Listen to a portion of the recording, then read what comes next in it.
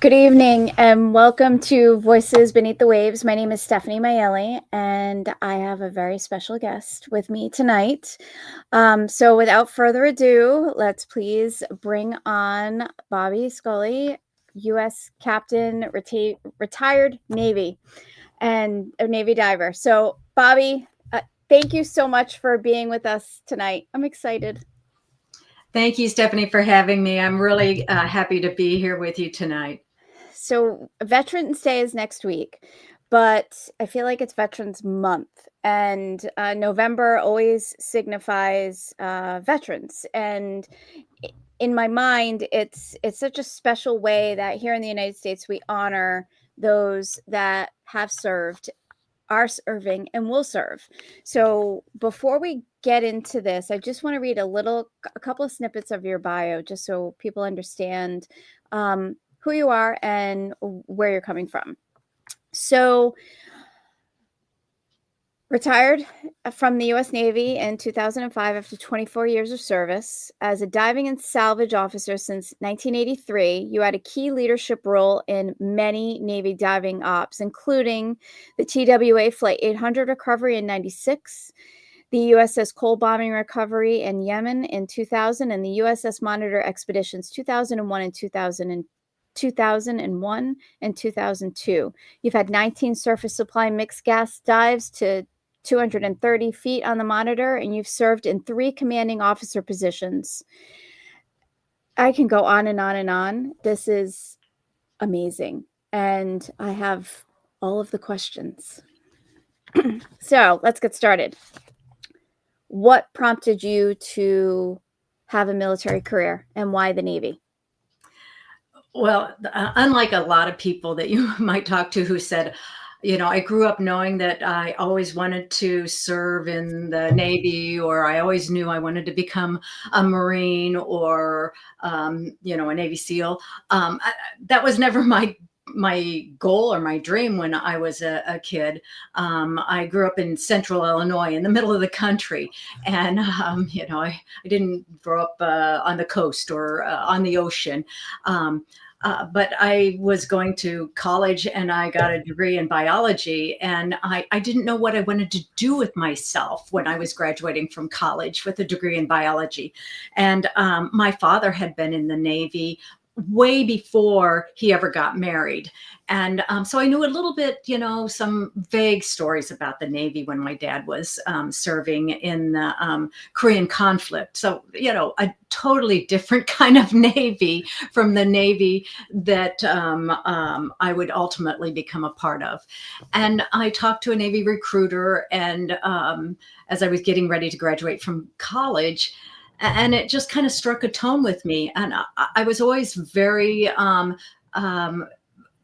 comfortable around the water. I always loved being around the water. But we're talking about the water in the Midwest, Yeah. rivers, the Illinois River, and that sort of stuff. I was a swimmer, but I was not a diver. I didn't even snorkel before I joined the Navy. So, totally different environment.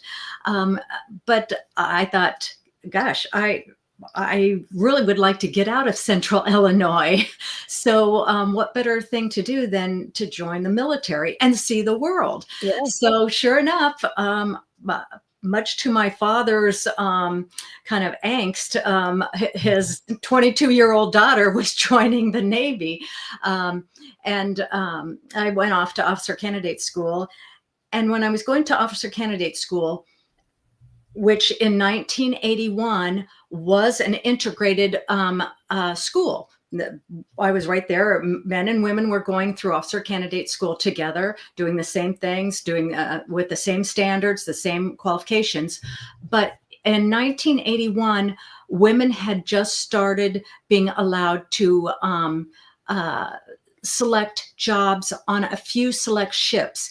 In 1978, Congress had just passed a law that allowed women to go on to auxiliary ships. And that was just a small number of ships in the Navy.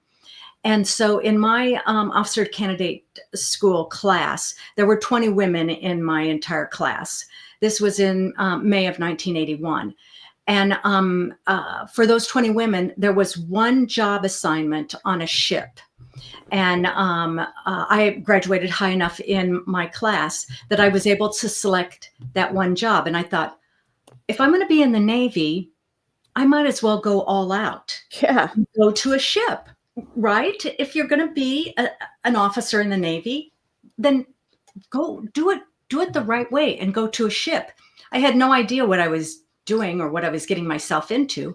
So I was able to select that ship. And so here I am, 22 years old, going off to be an officer on board a submarine rescue ship out of Charleston, South Carolina. Wow. And in the 1980s, in the early 1980s, you know, women had just started going to sea on board ships.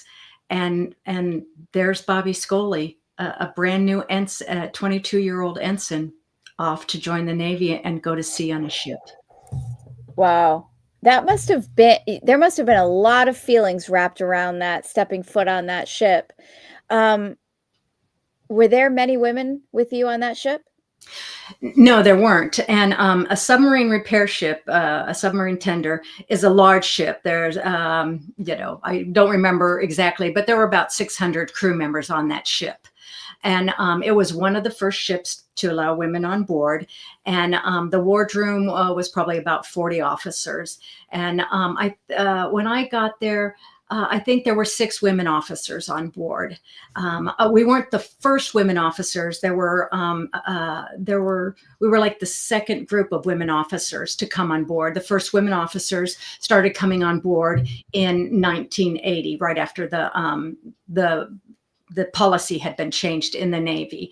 So we were, right after them. I got there. I had to go through some training first before I got to the ship, because the Navy trains you for your job. My job on the ship, my first job on the ship was the electrical officer.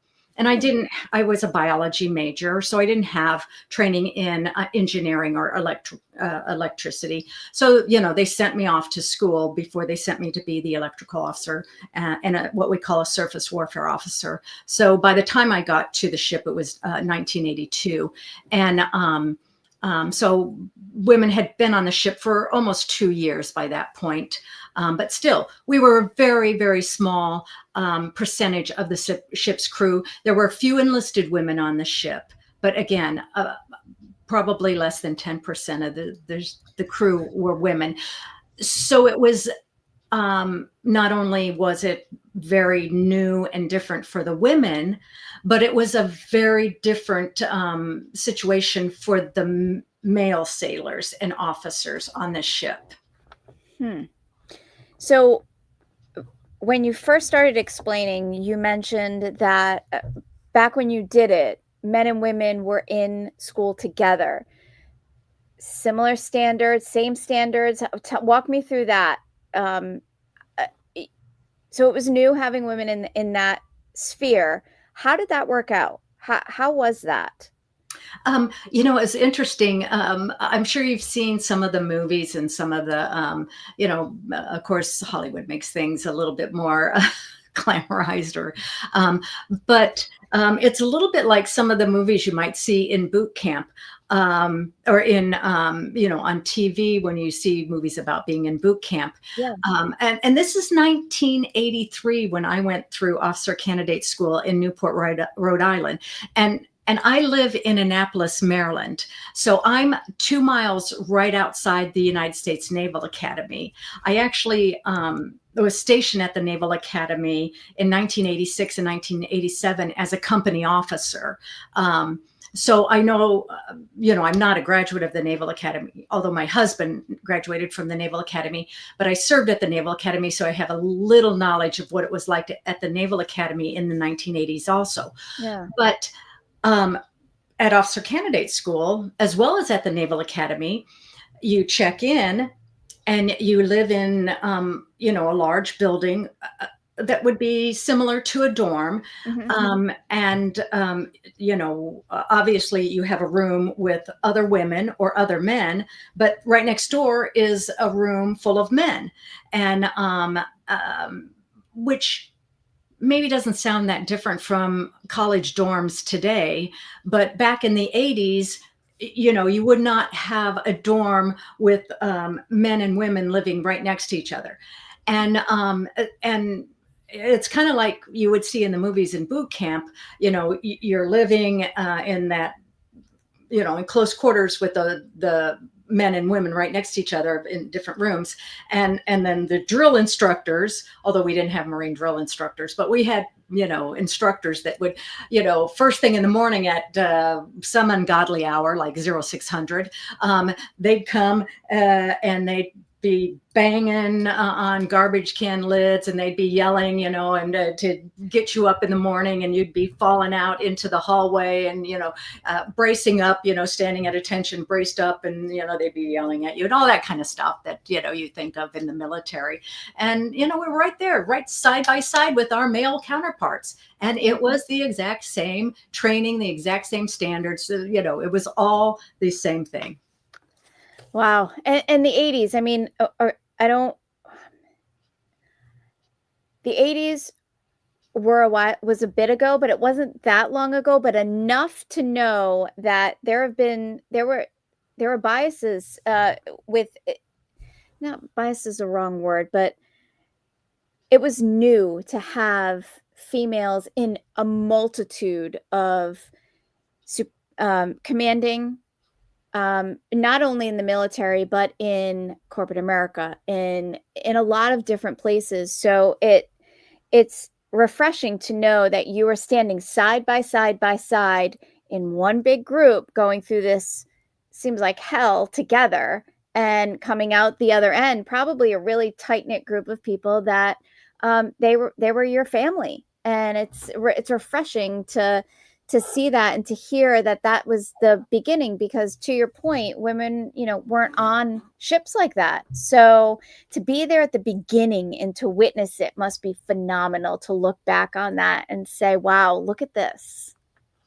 It was.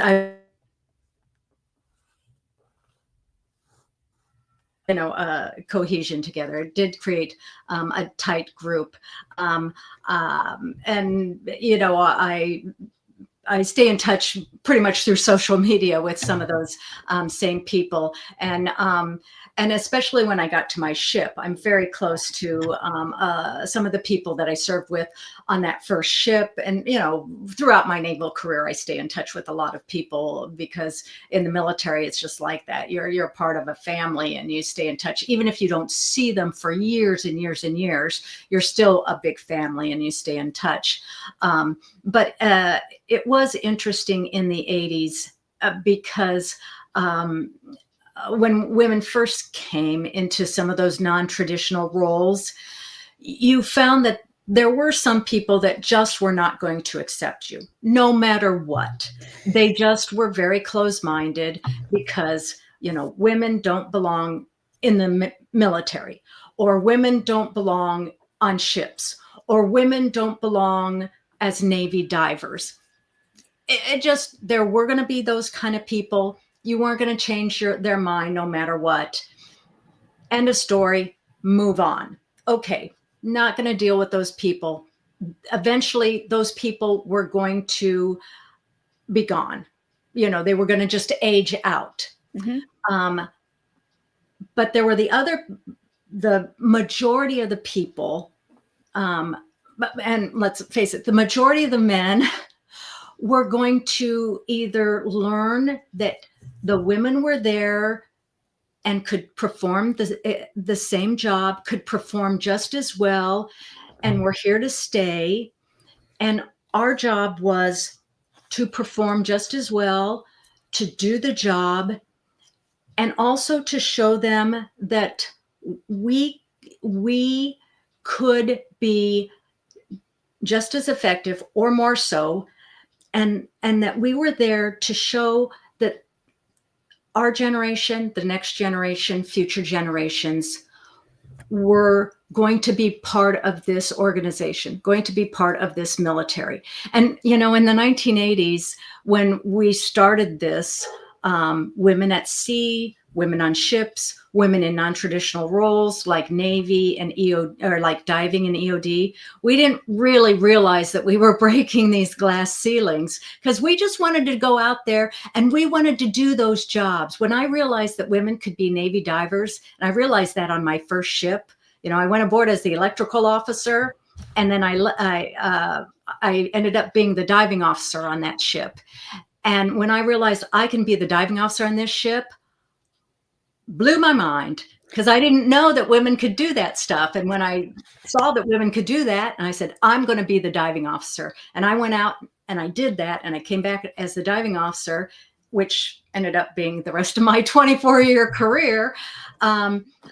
I didn't do it because I wanted to break any glass ceilings. I did it because I wanted to do that job. And it just happened that, I ended up being one of the women who broke barriers and, broke glass ceilings. Oh yeah, you didn't break them, you shattered them. So electrical to diving, how did that happen? Because that's very different. So take me through how that worked out. I often tell, when I speak to young people, men, women, whatever, I often tell them that you can set goals and you can have lofty goals, but you always have to be open-minded, because sometimes you're just in the right place at the right time and you find out that, wow, I'm changing my goal because I just realized there's something else out there that I want. And so I'm changing my goal to something else. And that's what happened to me on my first ship. I got to my first ship and I thought, I love driving ships. And I do. I love driving big ships. And I was a surface warfare officer, and I loved driving that. We say driving ships. It's kind of a euphemism. Anyway, I love being on ships and driving them out in the middle of the ocean. Mm-hmm.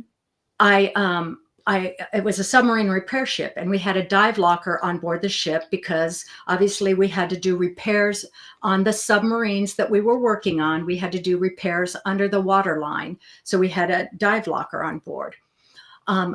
As part of that dive locker, I noticed, because I thought it was kind of cool to see those divers in the water doing their jobs. On that dive locker, there was a young woman, and I'll never forget her name. Her name was Terry Reese.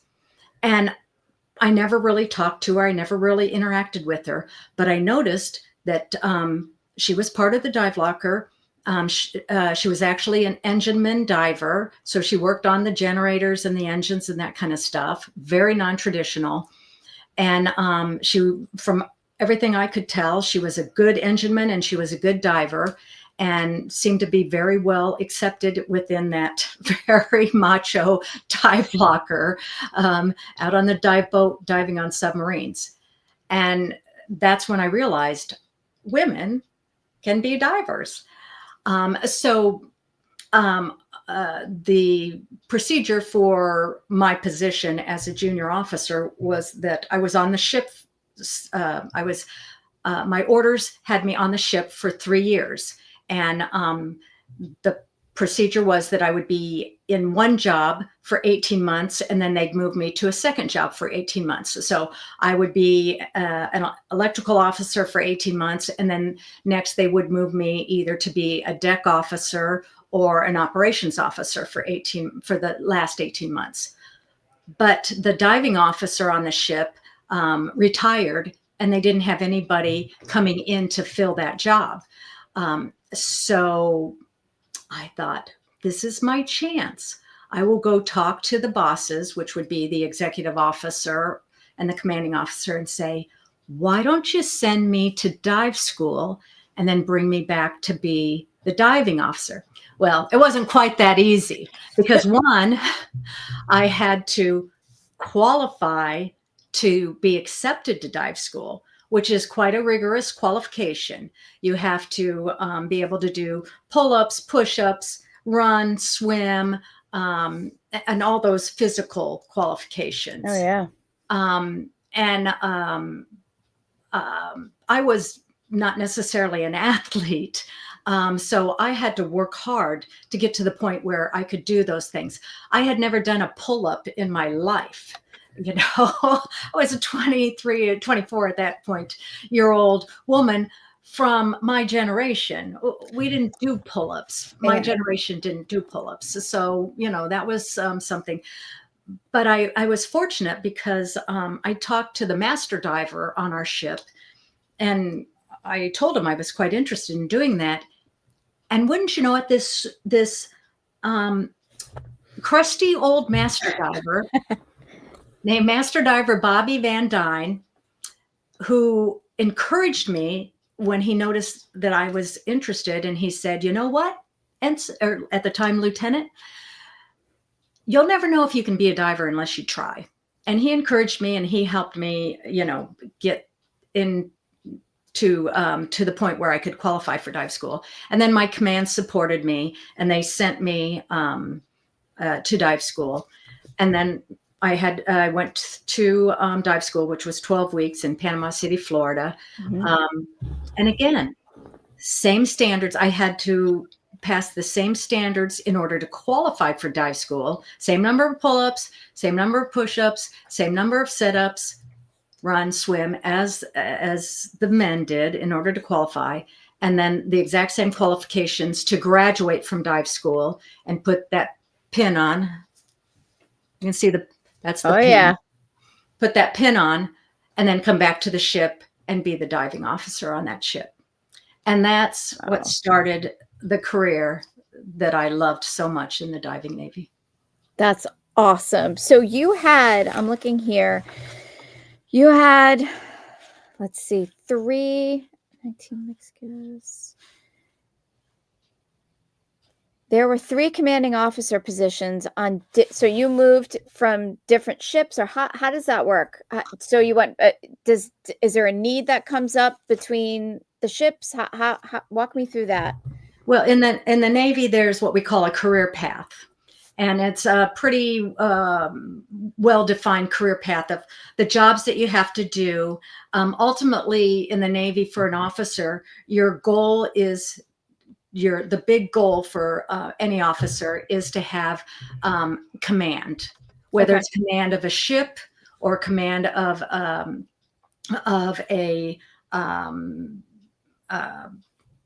shore command, or of an aircraft carrier, or command of a station. You want to ultimately, in order to continue to promote, you want to have command of something. But before you can have command, you have to earn it, and you have to qualify going through a bunch of steps. And for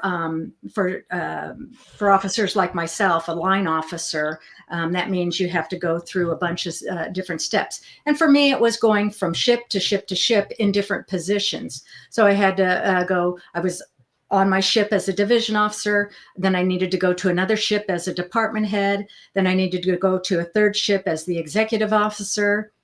And then if I did a good job at all those and passed all the different qualifications that I needed on each of those ships, then I had to go through a screening process to screen to be a commanding officer. And then I could possibly get command of a ship. And I was able to do that. Wow. And so ultimately, I got command of a diving and salvage ship in 1992. I was the 4th woman who to command a naval ship. Our good friend, Darlene Eskra, who is also a member of the Women Divers Hall of Fame. Darlene was the first woman in naval history to command a U.S. Navy ship. And she took command of USS Opportune in 1990, and then I followed behind her in 1992, and I was the 4th woman to take command of a U.S. naval ship. It was an incredible, not only opportunity, but just an incredible job for me to be in command of my own ship, which meant that I was the captain of my ship. And I took my ship and we went out to sea and did our job, which was diving, salvage, and towing operations. So the crew I was responsible for the safety of my entire crew and then completing our mission. And at the time in 1992, I was 34. That's a 34. lot of responsibility, Bobbie. My gosh. Yes, it was. And who would have thought, that never in my wildest imagination growing up in central Illinois did I think that at 34 I would be out at sea as the captain of my own U.S. Navy ship. And Wow. that's the beauty of the military, is that they train you to do your job, and then they give you the opportunity to prove that you are capable, and then they promote you to the level of your capabilities. So And they do not, the system is not designed to push you into a role that you're not capable of doing, because if I was not capable of being the commanding officer of that ship, then I not only would put the lives of the 110 people that were on that ship in danger, but I put that multi-million-dollar asset at risk. So they're not going to put Bobbie Scholley into that job because they're checking off a block to put a woman in command of a ship. No. I mean, they're not going to do that. No, it doesn't behoove them to. There's too much to lose. And wow, that's so commanding the ship. You had a lot of jobs and missions. Are there any that stand out to you that really were impactful, or just you just simply won't forget because they were just so awesome? Well, I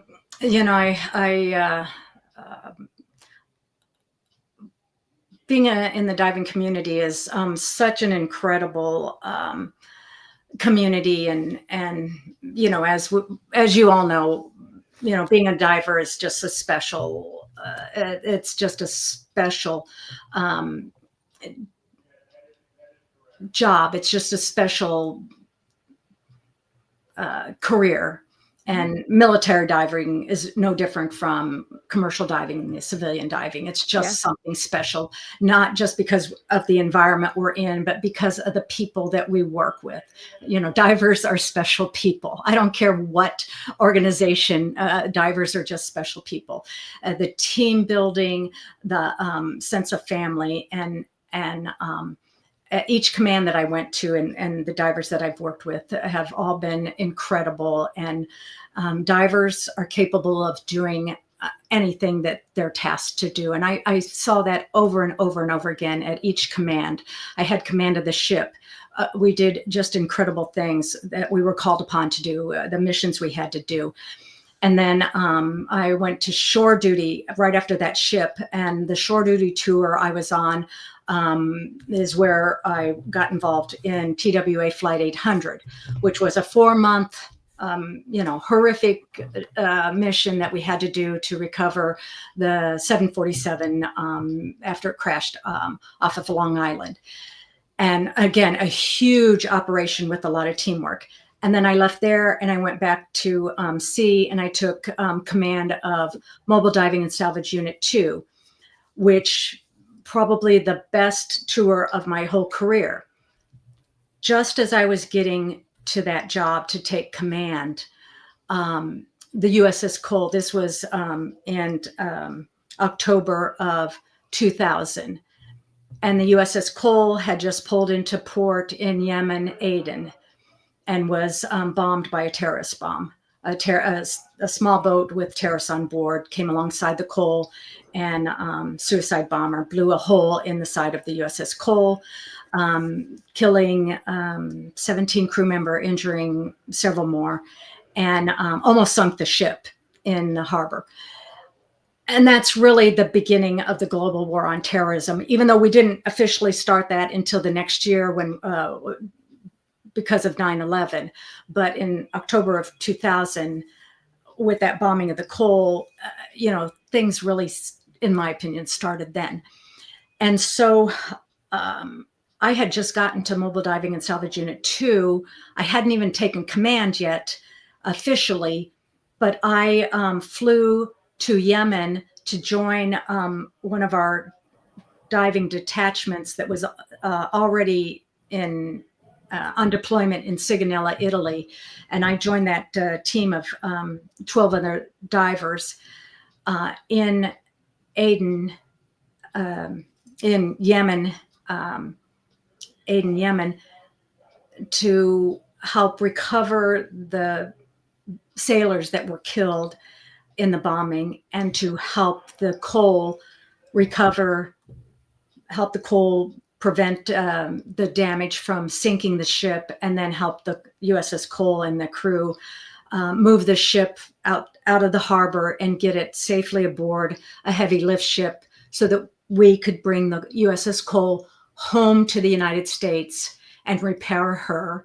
And by the way, the USS Cole returned back to action, returned back to duty, and the Cole is back out in the fleet doing its mission. And it was, several years after the bombing. And seeing not only what my divers did, but what the crew of the US Cole did to save that ship and to save, fellow crew members. And my divers and I were there for about 17 days in that environment. And it was terrifying. Don't get me wrong.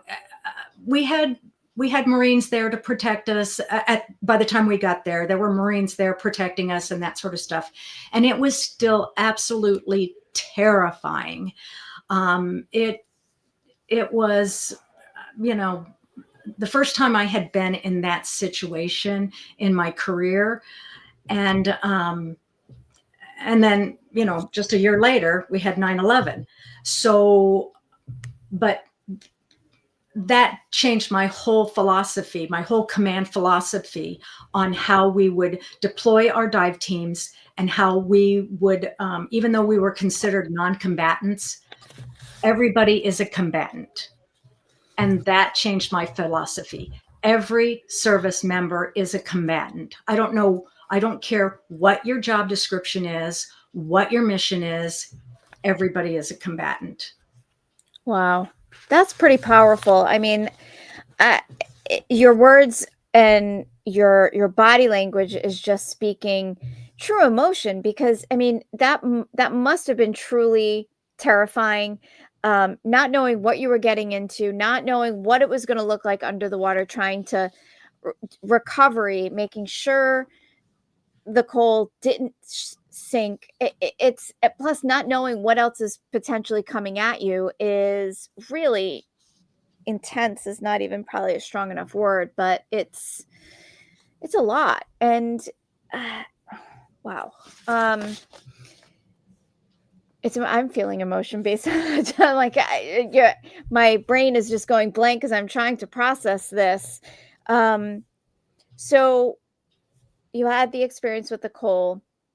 Talk me through the monitor. What was that like? It was like night and day. It was so once I got back from Yemen, then again, as I tell people, sometimes you're just in the right place at the right time. And it was just the luck of the draw that I got command of Mobile Diving and Salvage Unit 2. And a lot of my contemporaries, who are good friends of mine, were like, darn it, how did Scholley get into that job at the right time, to be, so lucky to have command when the monitor expeditions were ready to go.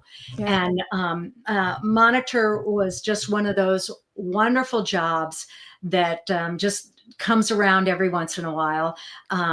It was a collaboration between multi-agencies, between the U.S. Navy, the National Oceanographic and Atmospheric Administration, who is the who are the administrators of the National Monitor Marine Sanctuary, which they own the monitor, and were our bosses for what we were trying to do, which was stabilize the monitor and recover some of the primary artifacts.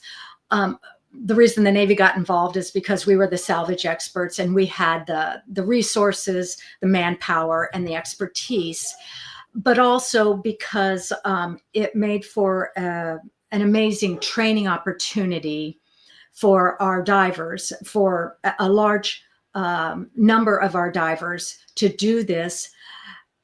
And it was a great operation that was reflective of naval heritage, naval history, because the monitor, of course, was a naval asset during the Civil War. Yeah. And I was out there for the last 2 years, 2001, 2002, when we were able to recover the iconic steam engine and, of course, the gun turret. And this is deep ocean salvage that had a lot of moving parts to it. We used both saturation diving. So it was a proof of concept for the Navy, where we could take a mobile saturation dive system that belonged to a commercial source, modify it to meet Navy standards, and operate it with Navy personnel, and do this to our standards safely and effectively. And then we also used our equipment and personnel using our mixed gas divers, hard hat mixed gas divers, and operate 2 dive stations at the same time on a commercial barge to 240 feet of water over the course of 45 days, both years, in the time window between, this is off the coast of Cape Hatteras, in the time period between the winter storm cycles and hurricane season, and get the job done, which took a lot of pre-planning and a lot of interaction with the other agencies. And lo and behold, it worked. It worked the way we hoped it would. We were able to recover both artifacts safely with no injuries and no accidents. And I sit here today, 23 years later, just still amazed that we pulled it off. And I got to dive 19 times on monitor over the course of the 2, which, I was the boss. So I wasn't necessarily supposed to get in the water that many times. My job was supervising on the surface, but, again, I was the boss. So I kept saying, hey, put me on the diving watch bill tonight. Cause we were diving, 24 hours a day, 7 days a week, weather permitting. And so most of the time when I could afford to get in the water, it was at night, which was my preference. I love night diving in surface supplied hard hat. And I'd say, okay, get me on the dive bill tonight so I can get down in the water. So I was able to get 19 dives on monitor myself, and they were the best dives, absolute best dives. That must have been just walking, like opening a door to history and just coming right through. That is just incredible. I'm sorry to say, I don't think any other dive that I could ever make will ever come close to diving on the monitor. No, of course. No, absolutely not. That's phenomenal. We had a question. There was a question that popped up. Did your ship ever cooperate with the NR-1 sub? I may be asking this too soon. No, I never got to operate with NR1. They had a totally different mission from what I did. But when I was the CO of USS Bolster, one of my big missions was to tow the decommissioned submarines from the Panama Canal up to Bremerton, to take them up to Bremerton where they were disassembled.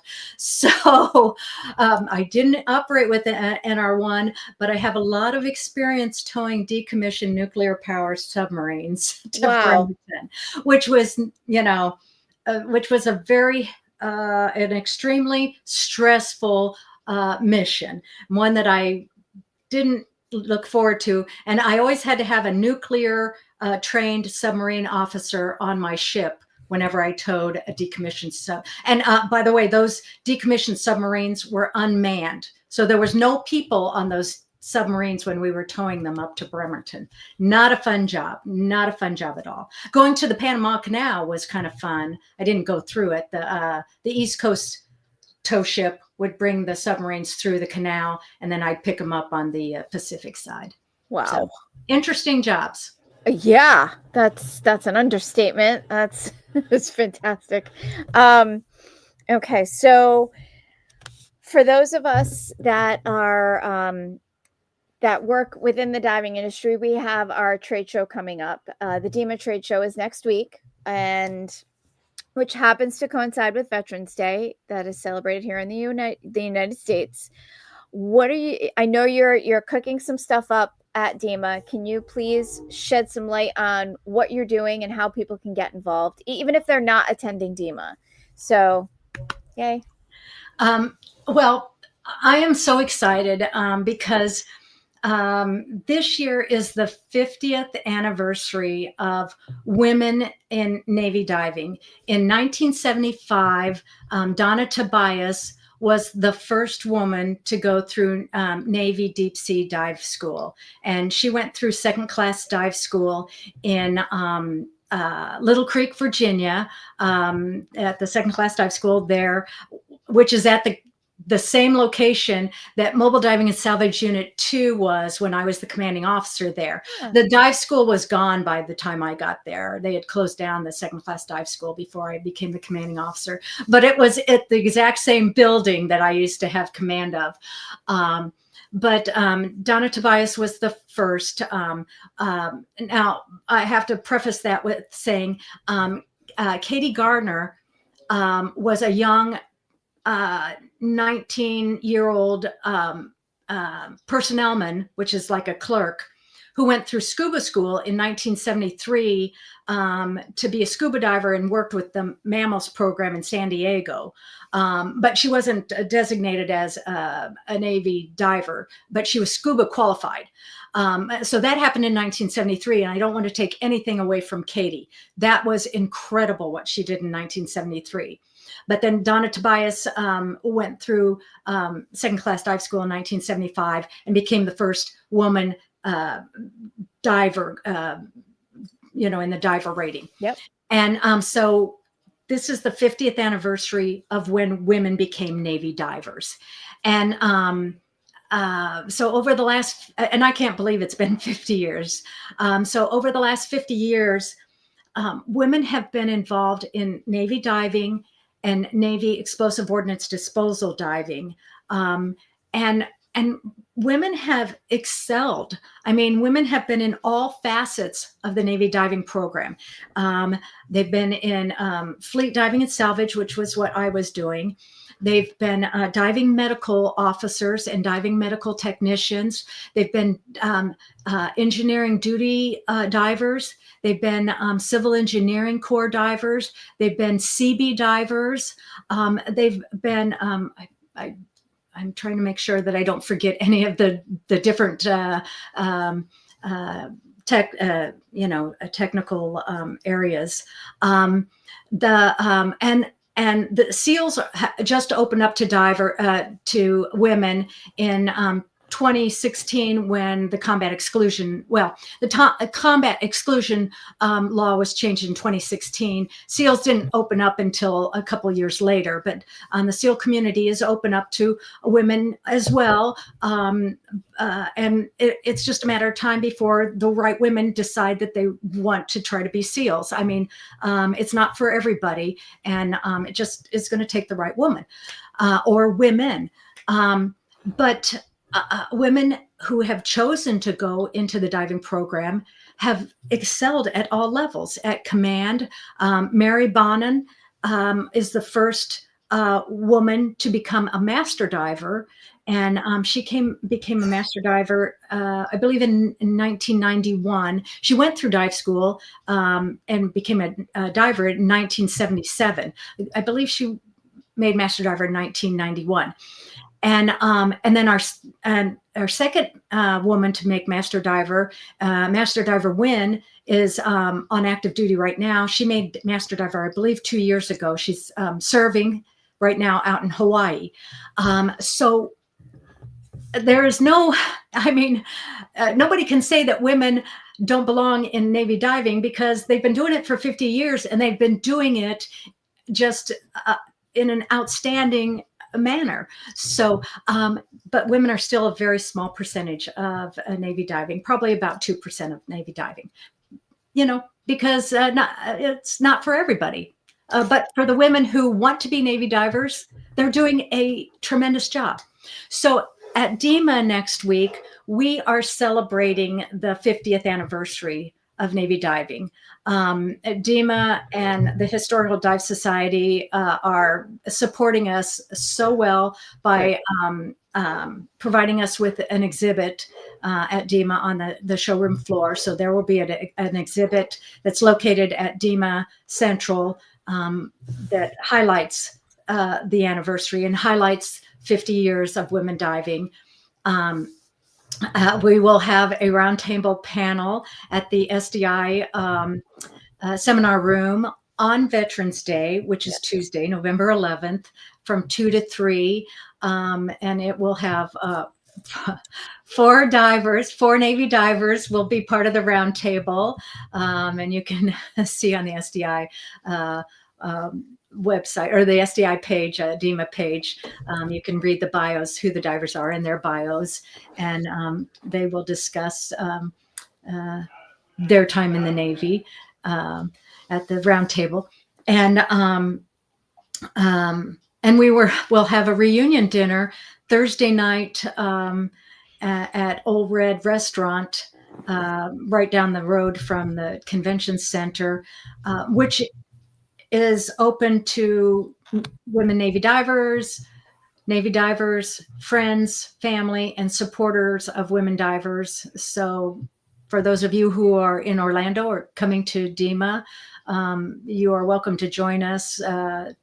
We still have tickets on sale, and you can go to our website if you would like to get a ticket and come and join us. It's completely diver casual. Jeans and cowboy boots, because it's Old Red. And our website is awnd.net. If you're interested, come out and join us and help us celebrate this milestone, 50 years of women excelling in Navy diving. Yes, it's exciting. It's I feel passion to usher in the next generation. So to wrap this up, if there was somebody that was thinking about enlisting, what advice would you give? Well, first of all, I would say, if you love the water and if you love being under the water, you need to take a look at the various programs, the various diving programs, because that is a career path that not only is open to women, but is very much a career path that can take you as far as you desire to go in the Navy. You can go all the way to the top in the Navy. And we have examples of that in the Women Divers Hall of Fame. There are Navy women who have started out as seamen, firemen, and made it all the way up to Master Chief or Chief Warrant Officer. Or we have officers like myself who started out as ensigns and made it all.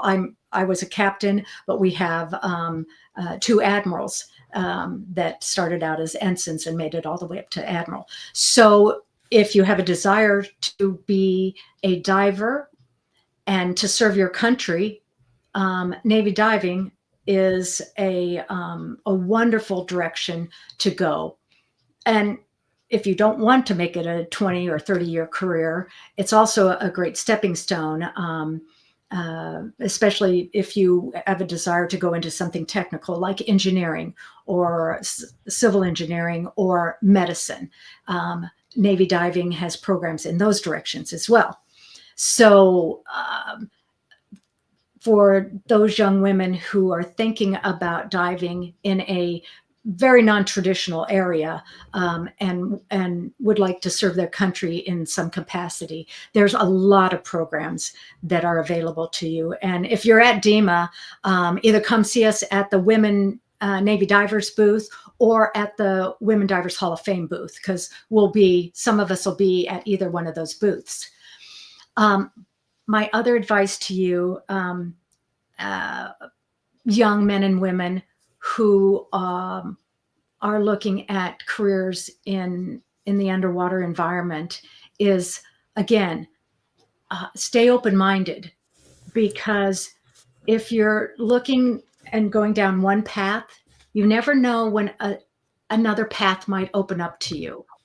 And so don't get too focused on just going down one direction and thinking that that's the only option that you have, because opportunities pop up all the time. And you may find that there's something that is more suited to you, or that you're more passionate about in a different direction, and you can make course changes. That's a Navy term. Maybe that's a diver term too, but that's definitely a Navy term. Make that course change, hard right, left rudder. But just keep your options open. And the third thing is our Women Divers Hall of Fame scholarships and training grant program is closed. It closed in October, so it's too late this year. But we at Women Divers Hall of Fame, we have a tremendous scholarship and training grant program. So for you young people, not just young people, for you divers out there, or those of you who want to become a diver, please check out the Women Divers Hall of Fame website for opportunities in scholarships and training grants. Thank you. Thank you. It's the scholarship and training grants are, it's a phenomenal resource for those that are interested. And I really suggest that you look at those grants and scholarships and see what's available. And just keep on the Women Divers Hall of Fame website. They will announce when the grants are open again, so you get a chance to look and see what is available. It's vast. And what you mentioned, Bobbie, I think every single guest has mentioned in some way, shape, or form that their path has never been linear. There has always been some type of fork in the road, a turn, a pause. So for those of you that are just starting out, or those of you that are looking for change, all of us are going through that in some way, shape, or form, or have. So thank you, Bobbie, for taking the time to talk about this phenomenal career that you have had and what you have done. We haven't even scratched the surface. I have 9,000 more questions. So maybe we can do this again at some point and I can ask you more questions. But thank you. And I will see you next week. But for those of you that are wanting to know more about what Bobbie's put together, we'll tag the website in this, and so you can follow along. So thank you, Bobbie. Thanks so much for having me, Stephanie. And I really look forward to seeing you next week. Yes, I'm excited. Thank you for tuning in for tonight's amazing discussion. I feel like I could ask her so many more questions, and there's so much to unpack there. She's had a phenomenal career and continues to just break and shatter barriers. Next month is our finale.